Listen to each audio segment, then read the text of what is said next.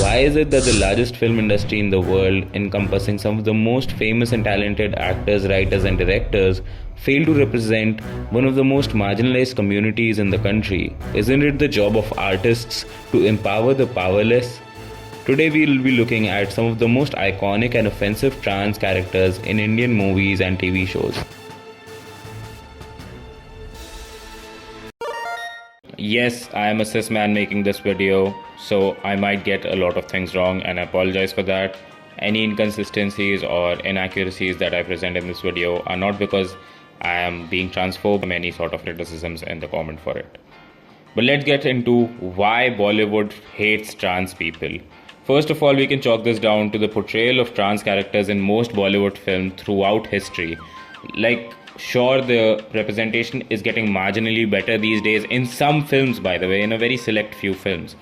But generally, in most media produced by India, like all over India, whether it's South, North, West, or East. And please, if you're South Indian, don't come at me with just one movie called Super Deluxe. You guys have a fucking franchise of, what is that film? Kanchana, where you portray South. It's obviously not all South Indian people do this. I'm just saying South Indian productions do this. Kanchana series is so harmful and so transphobic openly.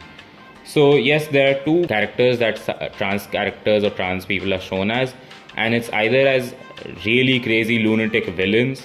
I think Ashutosh Rana made that popular with Sangharsh, which was technically a ripoff of Silence of the Lambs. And Silence of the Lambs is criticized for being transphobic, but I do think that they made it clear that being trans wasn't a part of why he was like the main guy. Bill, like Buffalo Bill, was bad. I don't know if, or it's either for comedic gags like characters being beggars or doing funny dances, or just making funny, not even funny, but like doing really bad and inappropriate jokes about being trans or the trans experience, and just really inappropriate and highly offensive things. I think some of it has become better though, but here's another issue with movies like Chandigarh Kare Aashiki or the character in Sacred Games played by Kubra Said. I'm sorry, I don't know how to pronounce her name. But these characters are played by cisgendered people.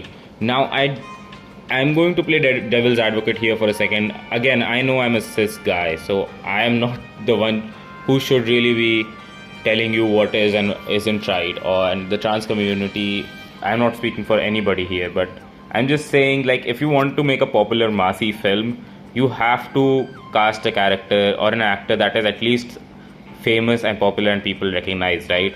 And movies like Chandigarh Kare Aashiki, while they are not the most progressive because they still cast cisgender people, but I think they also create an awareness and an image. Just like how Ashutosh Rane's Sangharsh created a negative image, I feel like Chandigarh Kare Aashiki, although not completely as powerful or offsets that those negative stereotypes to that level, still creates an awareness of normalizing trans people and normalizing relationships with trans people, which I think is still a pretty good thing. And then they have to cast cisgendered people because most actors that are popular in India are cisgendered. And that brings me to the next point about Lakshmi or Lakshmi Bomb. I don't know why they changed that name. That is the least offensive thing about that film, I think. But starring Akshay Kumar.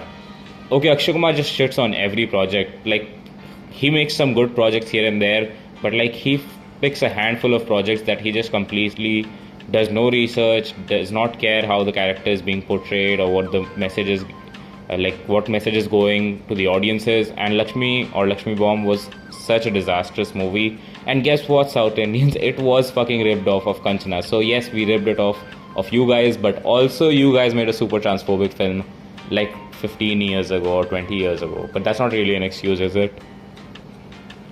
Also, you guys continued the series for like 4 or 5th installments, and all of them have the same backstory or similar backstory.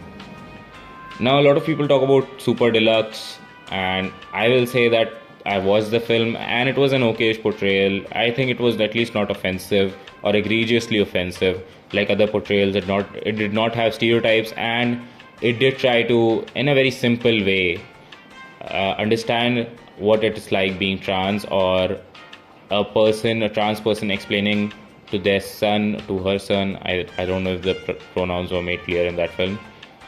but I think it was she and her. So I'm assuming that, I'm sorry. But to her son, what it's like being trans and why she's trans. And I think Vijay Sethupathi did a pretty good job there. But again, it's not like a super detailed film. Like, it's not some crazy film about that, about the trans experience. Other than that, it's a pretty solid film. I'm not saying it's a bad film at all. Also, I really like the trans character that Cobra Sai played in, I think Cuckoo was her name, right? In Sacred Games Season 2. That was a pretty good character. I really liked that character's arc, although I think it does have some hypersexualized tones, which is a problem in the community and the representation of trans people. Just like how Vani Kapoor's character was also highly sexualized. Trans people and a lot of gay people and LGBTQ people that are represented in movie are shown as some hypersexualized objects, which are always concerned with plot lines regarding sexual intercourse in some way or sexual attraction. If you see this with gay people and gay men, especially in old Bollywood comedies and even in some new ones too, the gay man is always almost sexually attracted to the male character. That's not how gay people work. I have met like a dozen gay people who think I'm fucking ugly. Okay, that was just a joke. Nobody thinks I'm ugly. Like, trans people in these films or movies or shows or whatever, they are never just like characters existing and having like a normal plot line or a normal. So what do I mean by normal? I know I shouldn't maybe use that term. A typical plot line, which is like a hero's journey or something other than them being trans. Basically, having a trans character and their whole life isn't about being trans. That is not shown at all in Indian films or series. Like, if there is a trans character, even if their portrayal is somehow not the most disrespectful piece of shit portrayal, it's their whole plotline and life revolves around the character being trans, which I think is still very limiting and it's not the best kind of representation because it still doesn't normalize trans people and shows them as some people that their like sexuality and gender is the only thing that is important to them in their life, which is just a part of their existence. And I'm not saying it's not an important part. I'm just saying that if you actually talk to trans people, maybe they might have bills to fucking pay, or maybe they want to fucking open a meth lab and not be about like this trans meth lab is just a meth lab for them. You know what I'm saying? I hope that this point is clear again. I don't mean any offense. So I might leave a few comments explaining my point again. Also, while researching for this video and seeing who were trans actors in India, especially in the Hindi belt, I think the results were shown to me. So, who were popular, because I was really leaning on why cisgender people are only playing trans characters. And I have found this gem of a show apparently. I've not watched the show yet, so this is probably a little premature, but this gem of a show about literally a kid's journey through their gender identity and learning to be trans. And you might think that it's on, oh, maybe it's on Prime or it's on Netflix. You can kind of imagine that an Indian sees. No, it's on fucking Colors TV. It has 100 episodes, well, 99.